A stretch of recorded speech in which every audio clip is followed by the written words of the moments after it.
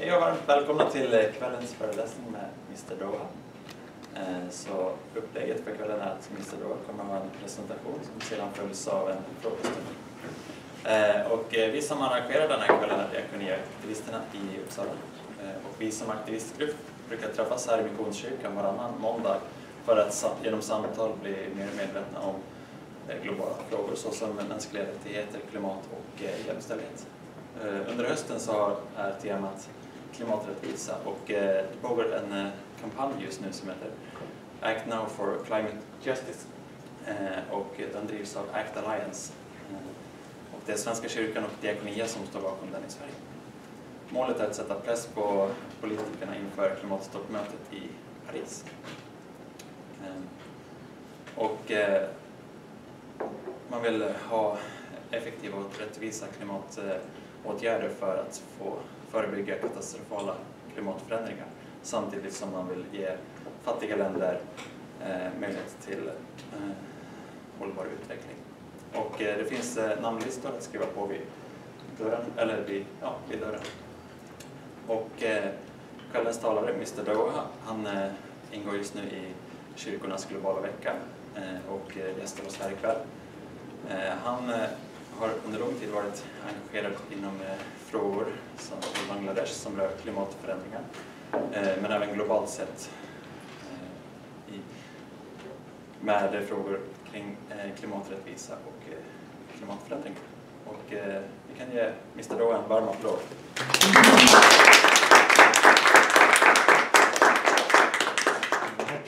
Yes, it's your turn.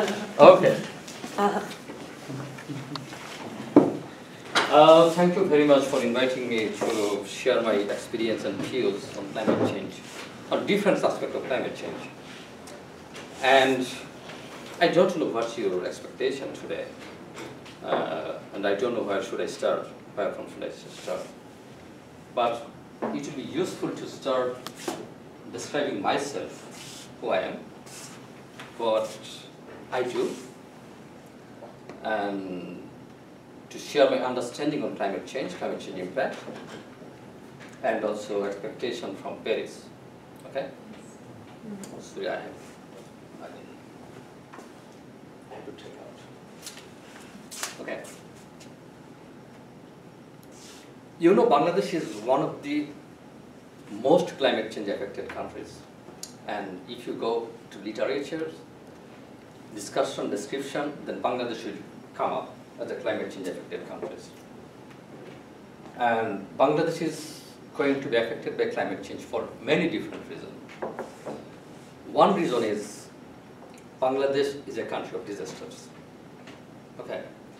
If you Google Bangladesh, then you will find that many population, Bangladesh is a densely populated country, and also Bangladesh has been affected by severe cyclone for many times. Bangladesh also affected by flood due to monsoon rain, and flood also for upstream river flow from the Himalayas. Okay. Bangladesh also facing sea level rise. Sea level rise has direct link to climate change and global warming. So the major implication of climate change is climate change will increase frequency and intensity of disasters. The disasters which are related to climate, disasters which are related to weather, we call it hydrometeorological disasters. And Bangladesh is facing more disasters in the recent years. And in Bangladesh, I work for a research organization, it's called CRPD, Center for Participatory Research and Development. And we do research on the impacts of climate change, how climate change are causing or disturbing human life in the most affected communities, I mean coastal areas, and also other parts of the country. And I try to, and my organization try to, link people's sufferings and also people's views, people's vulnerabilities to the national and global policy framework, so that national policies address this risk, international policies become more sensitive to address the risk of climate change, what the exposed communities or vulnerable communities are facing. So this is what I do in my country. Now, describing on the impacts of climate change, if you allow me, then I can also use both Yeah, for common understanding that you know the cause of climate change. The root cause is global warming. Climate is nothing but temperature rise, simply. And there is a clear evidence that human being is the main cause of contributing global warming. Okay. And it has been started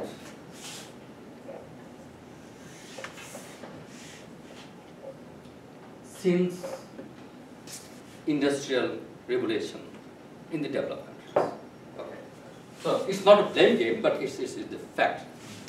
And the concentration of carbon dioxide or greenhouse gas has its increasing trend since the pre-industrial period. At the same time, proportionally, temperature rises. This is the simple logic. So, if concentration of greenhouse gas or concentration of carbon dioxide goes up, at the same time, temperature will rise up.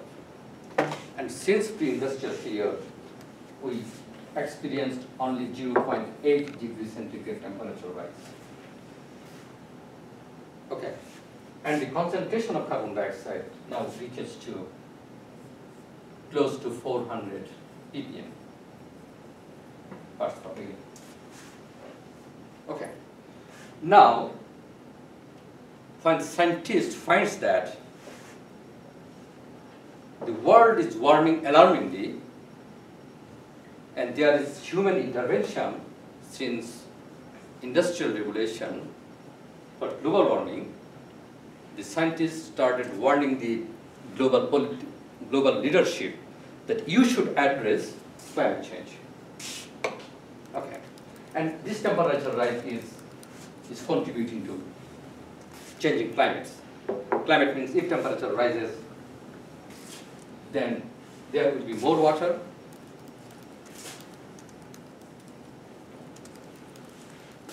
For raining or monsoon, changing in monsoon season. There will be less water for drought. If it is more water, it will create flooding, landslide, other things. It will cause drought and environmental degradation. Sometimes it will create river erosion. So it will create many problems.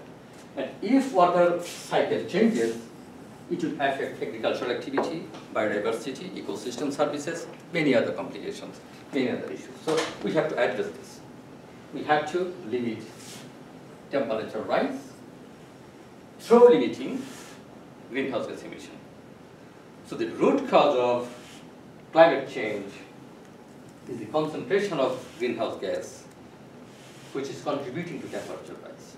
And in 1992, not 92, in 1990s,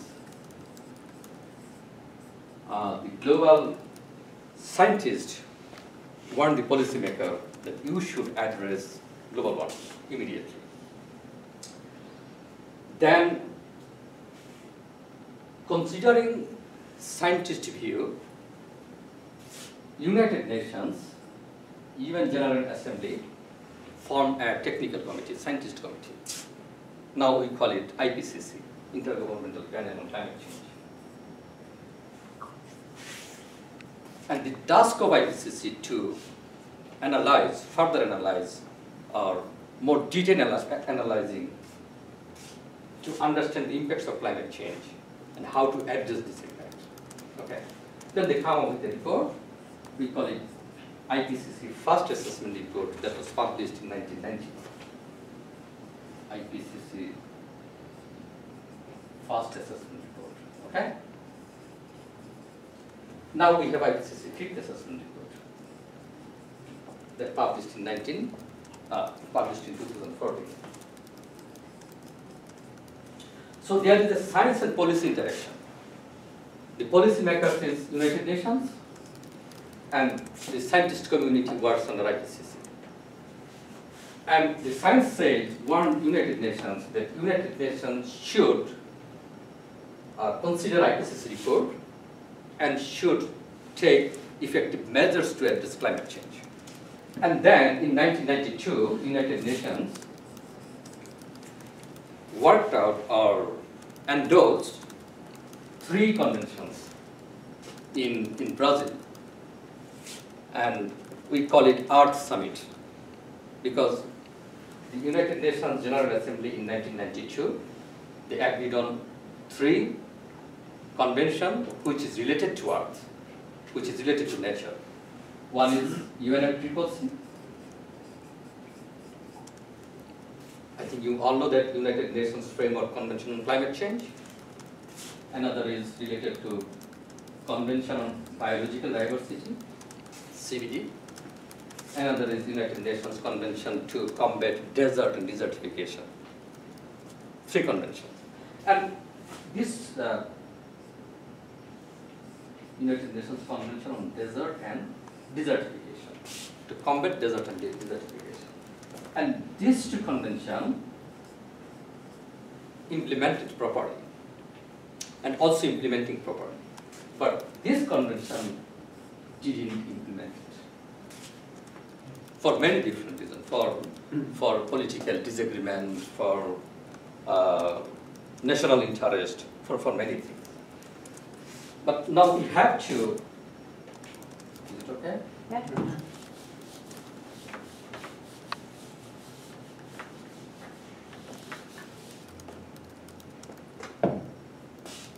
What was the main components of UNFCCC? The main component is that the principle 2 says the major objective of UNFCCC is to limit greenhouse gas concentration to a certain level so that it can avoid dangerous catastrophes. This is the basic principle, I mean addressing root cause. Okay. And the principle said that the root cause should be addressed on the basis of common but differentiated responsibilities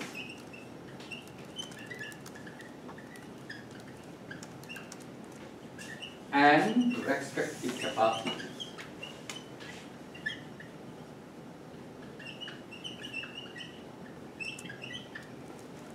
And this is the major issue of debate. And this is the major issue of disagreement. But this is the major principle of addressing climate change. It says that all the parties means all the countries, should take measures to address climate change. But their responsibilities are differentiated. And this differentiation will be based on historical responsibility.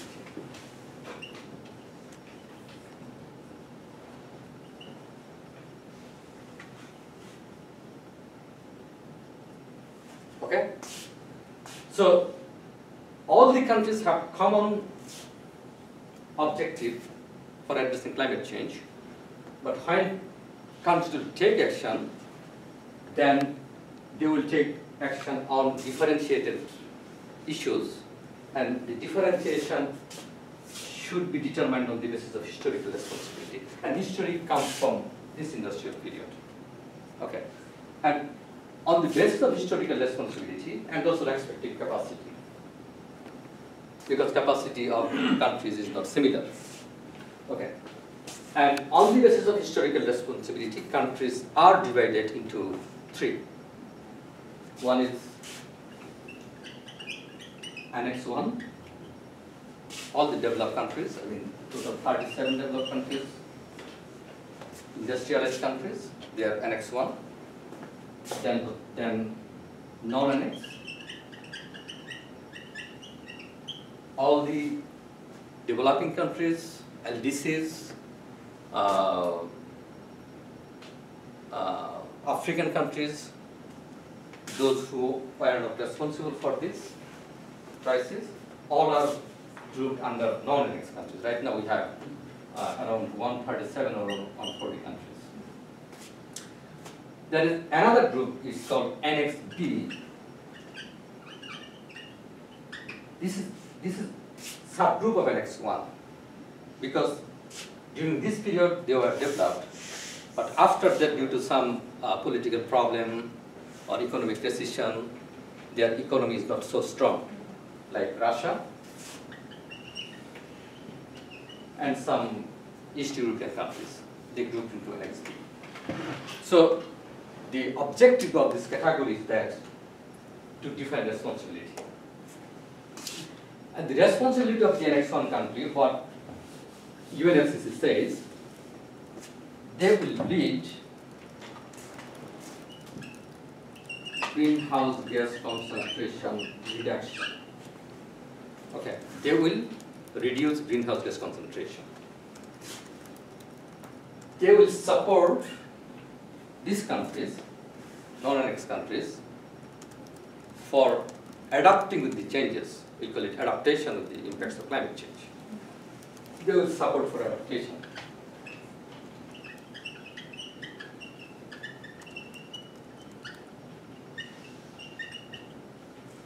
Okay.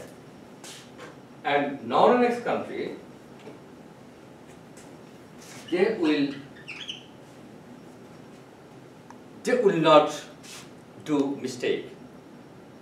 The mistake in that sense, what developed country did, the non-annex countries will not follow this. And they will prepare their national strategies, national policies for adaptation and for mitigation. And for mitigation, as mitigation is not their priority concern, so mitigation activities will be supported by the Annex 1 countries. So Annex 1 countries has double responsibility. One is emission reduction, greenhouse gas reduction, and support for adaptation and mitigation in the developing countries. This is simple. This is the responsibility. And on the basis of this UNFCCC convention, parties started negotiating how to address the root cause, greenhouse gas emission. And the negotiation has been started now. 2015 has been started 1992. Then another event 1987. Then we call it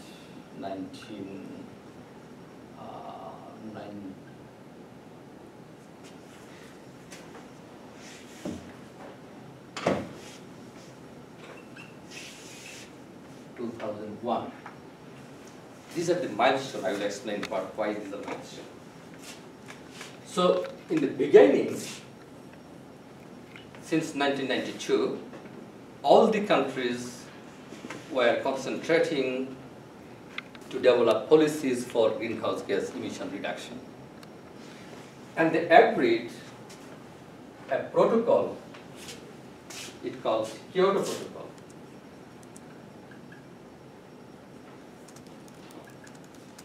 I think you heard about Kyoto Protocol. Kyoto Protocol is the legally binding document, agreement for the Annex 1 countries, for the developed countries, to reduce greenhouse gas by 5.2% from the level of 1990, to reduce 5.2% during a period from 2008 to 2012. This is the target for the developed countries. Okay. Everybody was happy that Kyoto Protocol will be implemented properly and greenhouse gas will be reduced. But ironically, United States says that, and USA was instrumental in developing Kyoto Protocol. But afterward, when Bush administration came, it says that it will not endorse Kyoto Protocol. So before implementation, any protocol should be endorsed by national parliament in national level. When it is endorsed in national parliament, then nation will be responsible for implementing this. USA says that we will not endorse this. Then other countries started asking why you will not endorse this, because you are the instrumental in developing Kyoto Protocol. Then USA said, you have to include a kind of flexible mechanism to the protocol. Flexible mechanism means market mechanism. Okay. Point of USA to include market mechanism.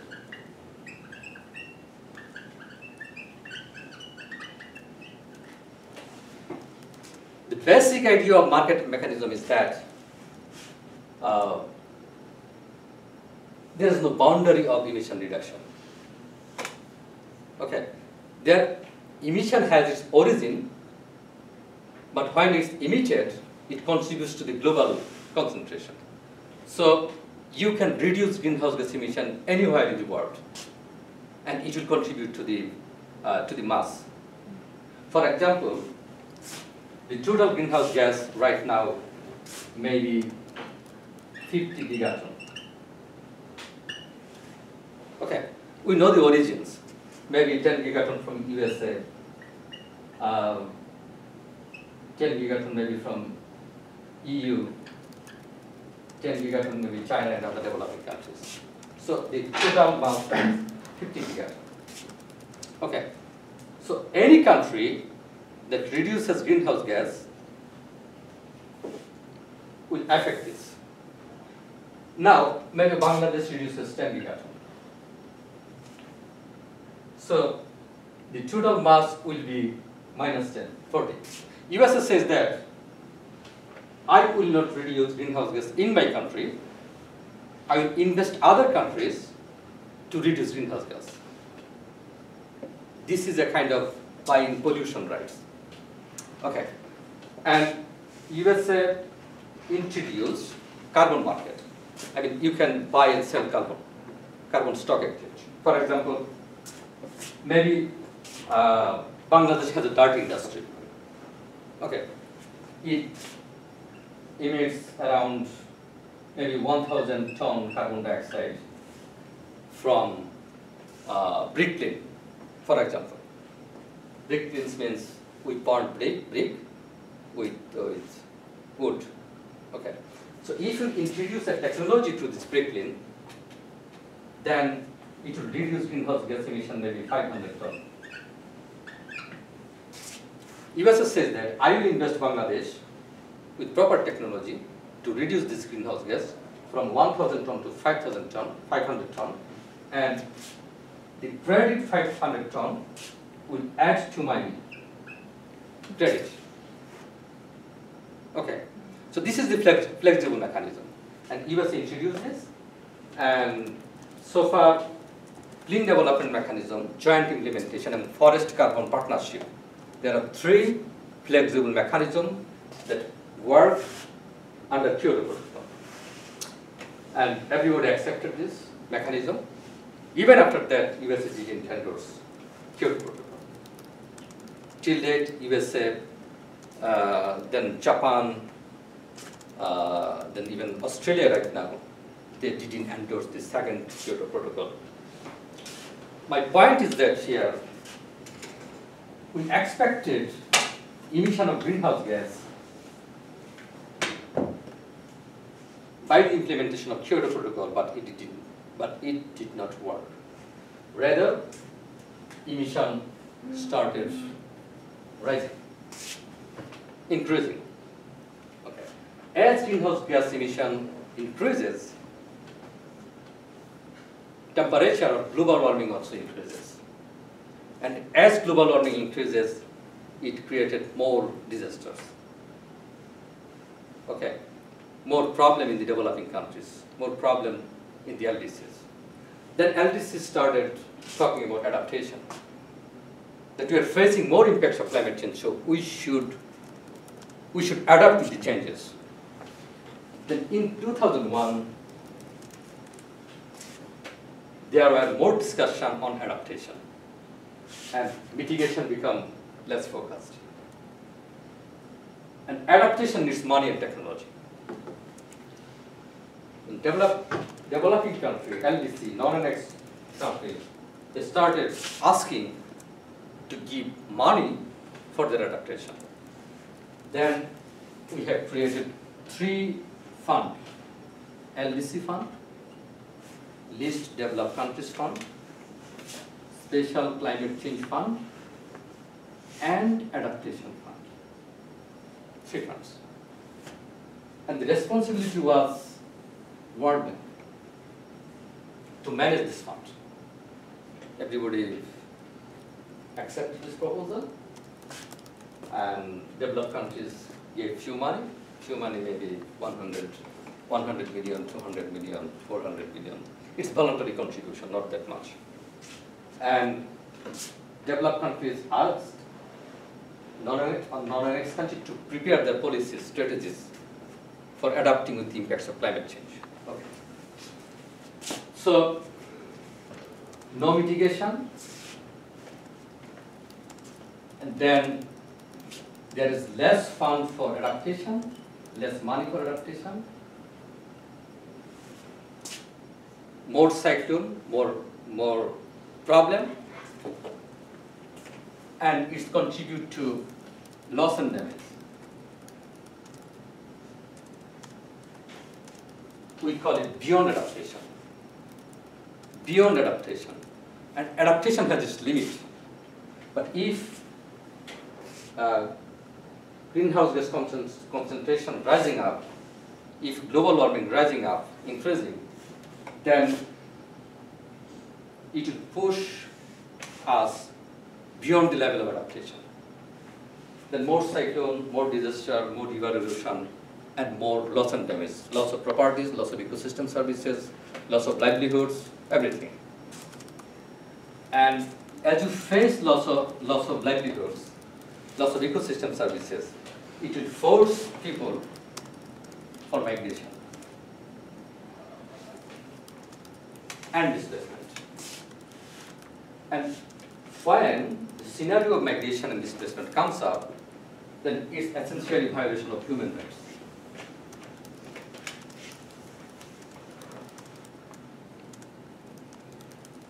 Okay, violation of human rights in terms of right to food, right to education, right to shelter, right to basic services, all kinds of violation comes up.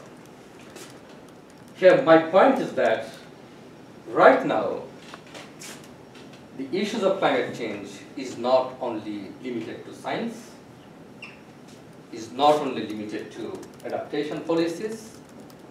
Now it is more rights issue, it is more human issue. That's why we should not leave this issue aside. We should act, we should work for defending rights of climate victims, rights of climate migrants. So this is the phase I wanted to explain. Okay. Now, who is facing more problem? I came from Bangladesh, and in my country, the migration and displacement becoming very common, because Bangladesh faces disaster maybe every year. In 2009, we faced a mega cyclone. In 2007, we faced cyclone. We faced river erosion. We faced flooding. So, and the other concern is that when we talk about disasters, there are 2 forms of disaster. One is called sudden onset. Another is called slow onset. Sudden onset means cyclone, flood, river erosion. These are sudden. These just affect suddenly. But slow onset, salinity, and also drought. This affects the community very slowly, but the economic cost of slow onset and environmental cost of slow onset is much more higher than the sudden onset. Because consider a community which is abundant with fresh water. Gradually, fresh water is replacing by saline water. So all the ecosystem will collapse. There will be no production. In Bangladesh, southern part of the country, facing salinity problem. And if you visit that part, you will not find much water for drinking. And as salinity is a major problem, women has to walk around 15 to 20 kilometers to collect fresh water for household consumption. Sometimes women drink saline water and they face many health complications, including hypertension, preeclampsia disease, and also sometimes death during maternity time. So these are the closely related to human rights violation. Concern is that we have to equally emphasize on slow onset events because it forces people for migration. And the slow onset event is an invisible factor for political crisis event. There is a study in relation to Syria crisis. It finds that the consecutive drought in Syria caused crop failure. And crop failure leads rural people to concentrate in urban areas. When there are more people in urban areas, they join hands with the rebel group of Assad government. And they twisted to the political chaos. So climate change also acts as an invisible factor for political crisis and for political problem. So that's why we have to address this.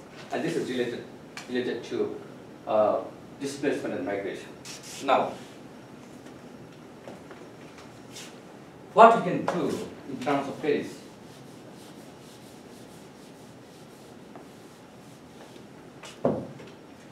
Our expectation to have a legally binding agreement in Paris. Okay.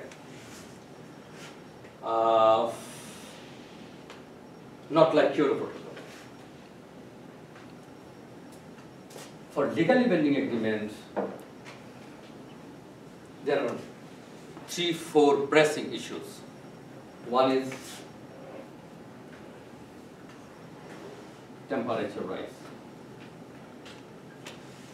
So far, we experienced 0.8 degrees centigrade temperature rise since the pre-industrial period. Now our target to allow rise of temperature 1.5 degrees centigrade or 2 degrees centigrade. IPCC says that if we limit temperature rise, further temperature rise to 1.5 degrees centigrade, then we have 66% chances to avoid dangerous catastrophes. Not 100%. We are not 100% secure. If we allow for the 2 degrees centigrade, we have 50% chances to avoid dangerous catastrophes. Okay. So we should prefer better option, 66% at least. Okay. Still, this is dangerous. So there is a debate whether it will be 1.5 degrees centigrade target or 2 degrees centigrade target. This is major issue, will be discussed in Paris. This temperature should be supported by emission reduction. As I told that temperature and emission goes parallel. And so far, 152 countries submitted their INDC. INDC means intended nationally determined contribution. This is a bottom-up approach, and under this approach, all the countries showed their commitment that they will limit maybe 10%, 15% emission reduction. And the sum of all commitments, emission reduction commitments, says that if countries fulfill their commitment, even temperature will rise to 2.7 degrees centigrade. If countries fail to fulfill their commitment, then it may rise to 3, even 4 degrees centigrade. Now, concern is that the Paris deal should include clear monitoring mechanism so that country parties, all the countries, fulfill their commitment. If they fail to fulfill their commitment, they should come under tribunal. And this should be included in Paris deal. This is one. Another point is that this is not sufficient. I mean, what commitment developing countries or developed countries submitted, this is not sufficient. They should raise their ambition. They should increase their commitment. And we are targeting both developed countries and developing countries, advanced developing countries, to raise their ambition level. Okay. So, emission reduction in line with the temperature rise target should be reflected in Paris deal. And Paris deal also should ensure that the commitment made under INDC should be fulfilled. Otherwise, they will be brought under tribunal. This is one. Another thing is loss and damage.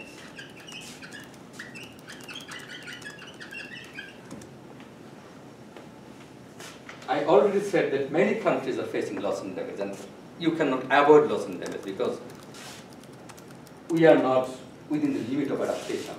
We crossed the adaptation limit. So loss and damage is an essential feature. I mean, we are facing loss and damage.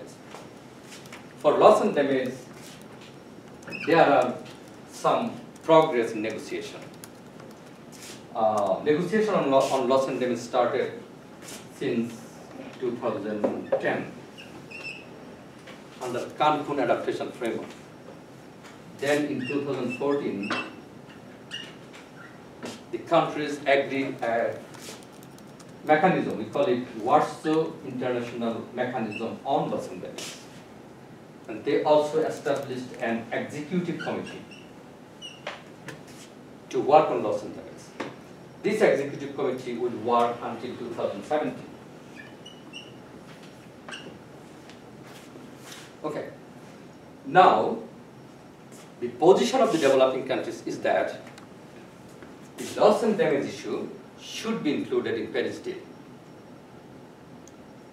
But the position of the developed countries is that let them continue their work until 2017, then we will decide whether it will be included or not.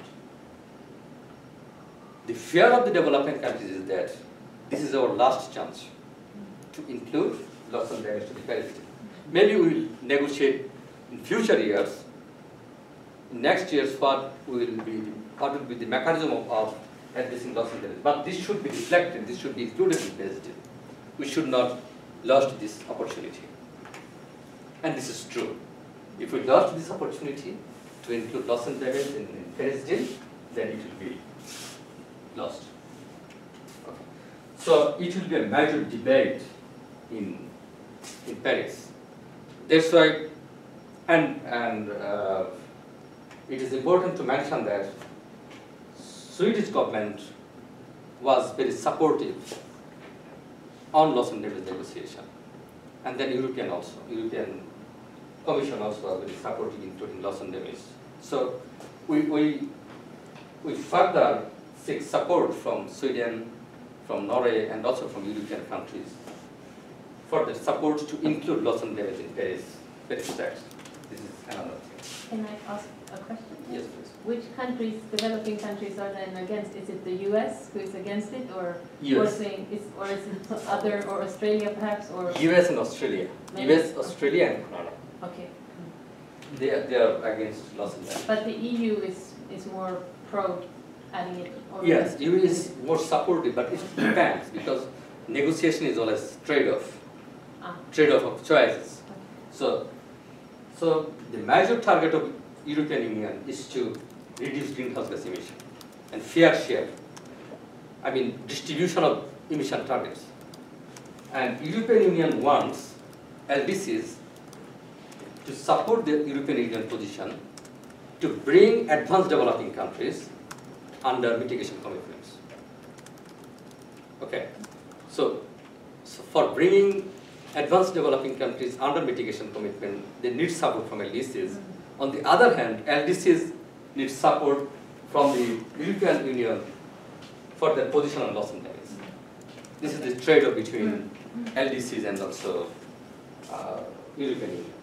Okay, so loss and damage is will becoming a major issue of debate in Paris deal. Third is displacement and migration. In Cancun Adaptation Framework, it calls Cancun Adaptation Framework, adopted in 2010. It has a particular paragraph, which is paragraph 14F. It says that all the countries will take necessary measures, necessary national, international, regional measures to address displacement and migration. But after that, there is no progress on the issues of displacement and migration. Our position is that maybe Paris, and displacement and migration is included under loss and damage. So if loss and damage didn't survive, then total displacement issue will lost, will die down. So we have to give more effort so that loss and damage exist in Paris deal. If it exists, then displacement and migration will exist. On the other hand, we have to start new discussion referring to this paragraph 14F of Cancun Adaptation Framework, so that country parties further start discussing on displacement and migration. Maybe not in Paris deal, but in future. And our position is that we should not hide this because you have seen the flow of migration from Syria conflict to European countries. And also there was huge migration from Bangladesh, Myanmar to East Asian countries, particularly Thailand and Malaysia. So there is lots of human rights violation of when people migrate or when people take unsafe route. Okay, so this should be accepted that climate change is forcing people to displace migrants, and we have to find appropriate measures to address this displacement migration. So in Paris, this will be 1.5 degrees centigrade or 2 degrees centigrade. The loss and damage, whether it will exist or not. And for future, we have to negotiate, we have to talk on displacement migration, how we could address this issue.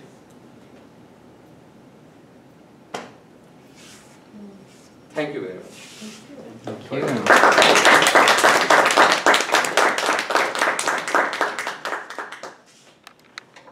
Question. Question, right? Question, discussion, sharing your views.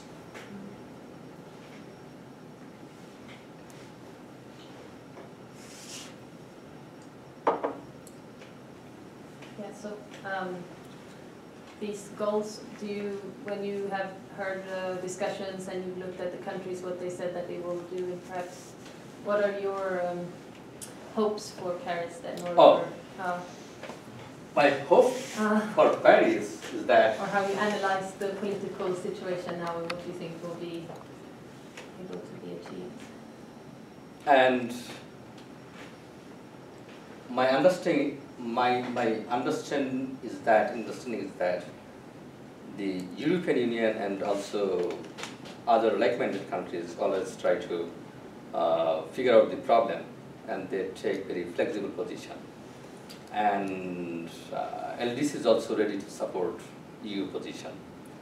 But the major issue which should be addressed is loss and damage, and also this will be compromised. I think 1.5 degree or 2 degree, at least 2 degree, but 1.5 degree is better.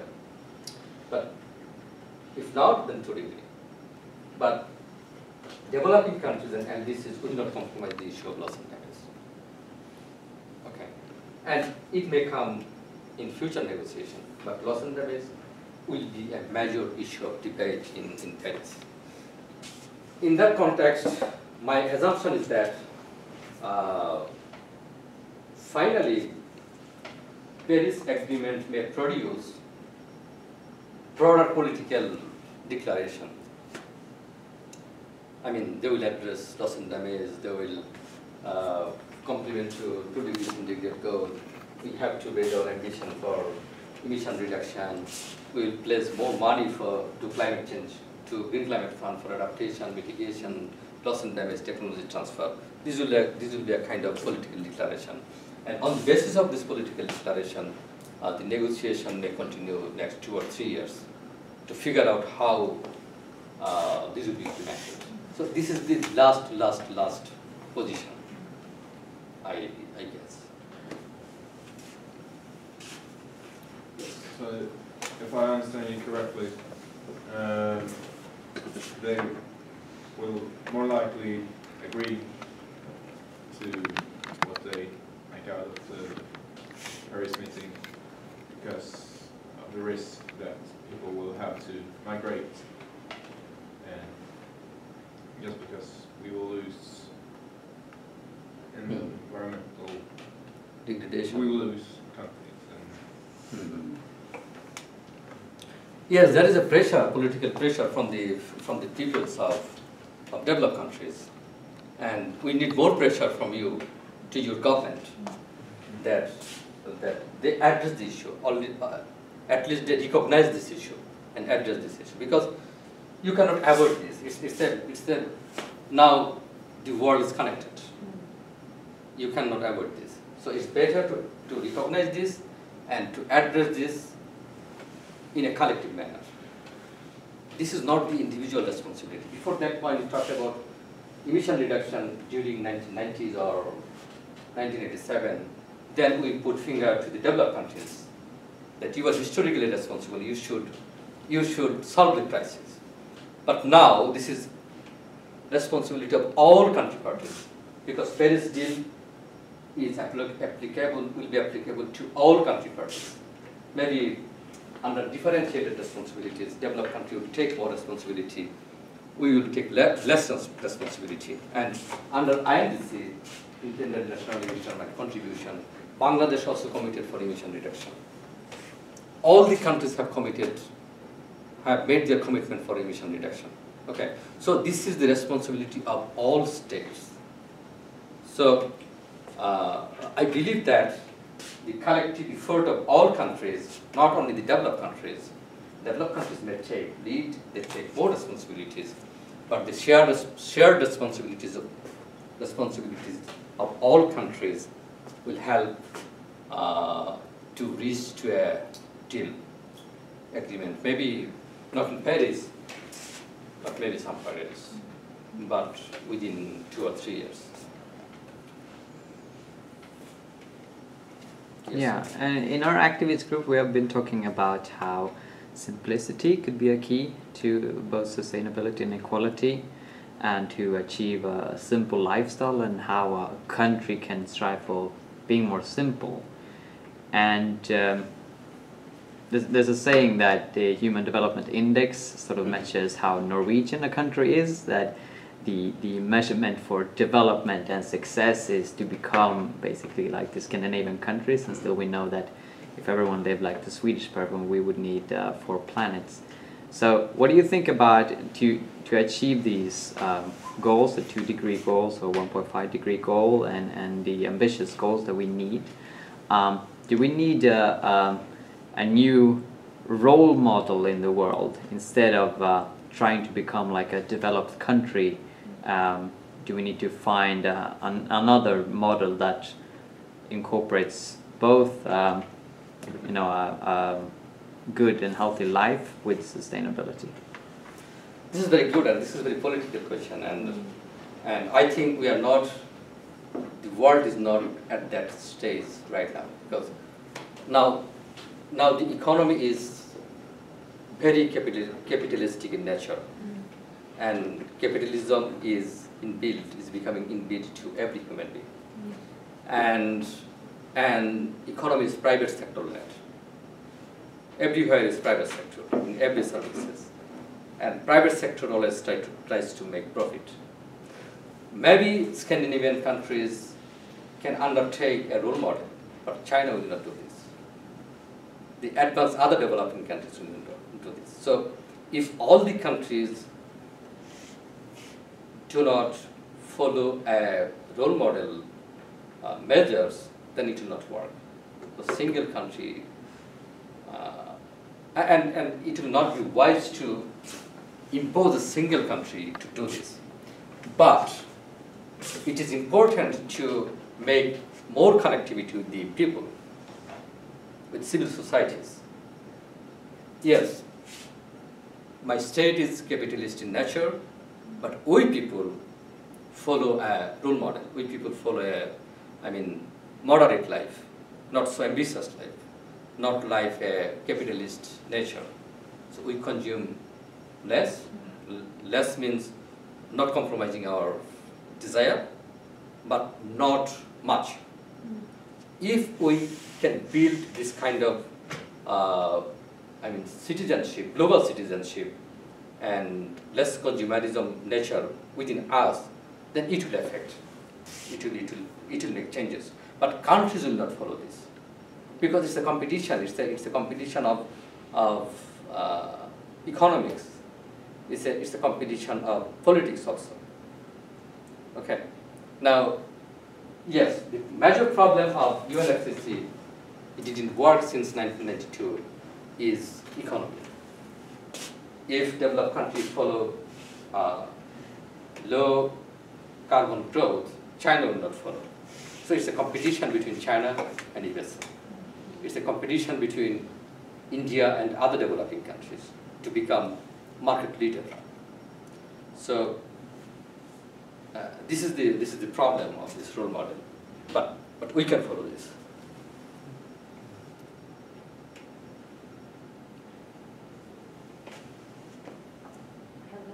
Yes.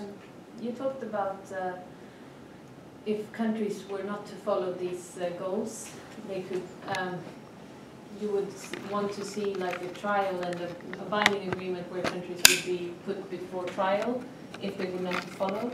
And that was the problem with the Kyoto Protocol, that there weren't no such things. But do you think that there will be able to be such a thing as a trial, like on a global level, because we have these sovereignties between states and the difficulty of the UN as being something to actually control countries? Do you see perhaps in other examples before that there have been things that we can build on to actually make some kind of system where we would have these? There is International Court of Justice, okay. and it's working.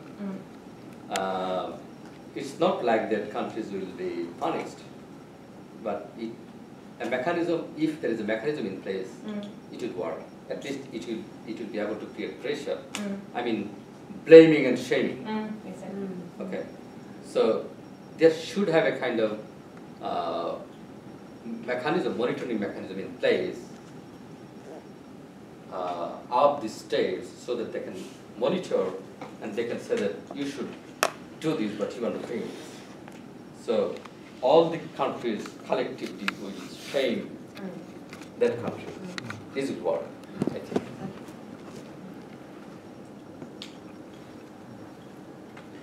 I'd like to know more about your organization. Like, how do you work with participatory research and development? Yeah. Yeah. What do you? Okay. I work It's a very small research organization, Participatory Research and Development, Center for Participatory Research and Development. And we do research mostly on humanitarian and social aspects, not much on science. We take learnings from science, but we try to understand how changes or science prediction affects the human. Okay, like how it affects to people's livelihood, how it affects to people's rights, mobility, access to livelihoods, all the other things. And we try to communicate our research finding to the policymakers, that this community is facing more problem for these causes, and the national policies should address this. Okay. At the same time, we also try to convince our international stakeholders, international NGOs, so that they become proactive or supportive to those communities, not the government. So, and we try to always ensure that the benefits directly reaches to the poor people, marginal people. And at the same time, we also criticize our national governments for effective utilization of funds, because Bangladesh, like many other LDCs, they are facing governance crisis. Corruption is a major problem. Okay. We are showing our climate victims, vulnerable people, that coastal areas are more vulnerable, women are more vulnerable. So developed countries should support us. And developed countries are supporting maybe less or more. We have to ensure that money directly benefits or reaches to those communities what we are showing to the international community. Not misusing money, not corruption. Money is not for corruption. So we are doing some research. We are trying to communicate our research with the international and national policy stakeholders. At the same time, we also try to ensure that the poor people and also the people who are exposed to the impacts of climate change, they get benefit from finances and other measures. This is what we do.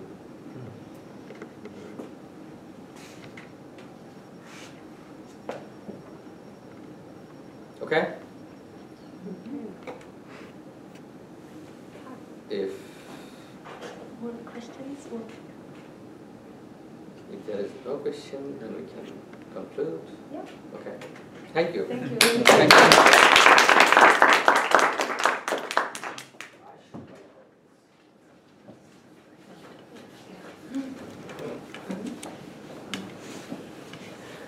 Mr. Doha, we would like to thank you for taking time and Oh giving my us God. the lecture. Thank you very much.